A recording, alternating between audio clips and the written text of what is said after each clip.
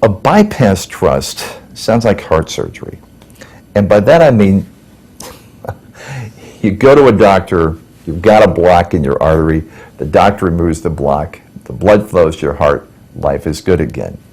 That's a little bit different than a bypass trust. A bypass trust is something that a married couple sets up to allow them to get both of their estate tax exemptions.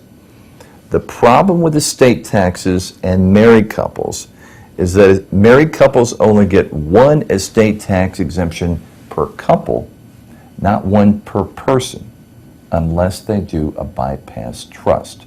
With a bypass trust, you can get two exemptions for a married couple, not just one.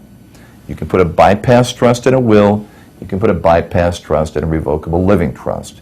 What a bypass trust does is it says, rather than me leaving my property directly to my spouse, which is what a simple will does, or a simple living trust would do, I leave my property to my spouse in a trust. My spouse can be the trustee of the trust, which means they don't give up any control. But the money that I leave them, up to the amount of my estate tax exemption, is now safe from estate taxes. They can dip into that money for their needs. They can dip into that money if I want them to for my kids' needs. But when my spouse passes away, whatever's left in that bypass trust, and maybe even whatever's grown in that bypass trust. So my spouse didn't touch the money that's in the bypass trust, and it's grown by $3 or $4 million. All that money will go to my loved ones, go to my kids when my spouse dies, estate tax free.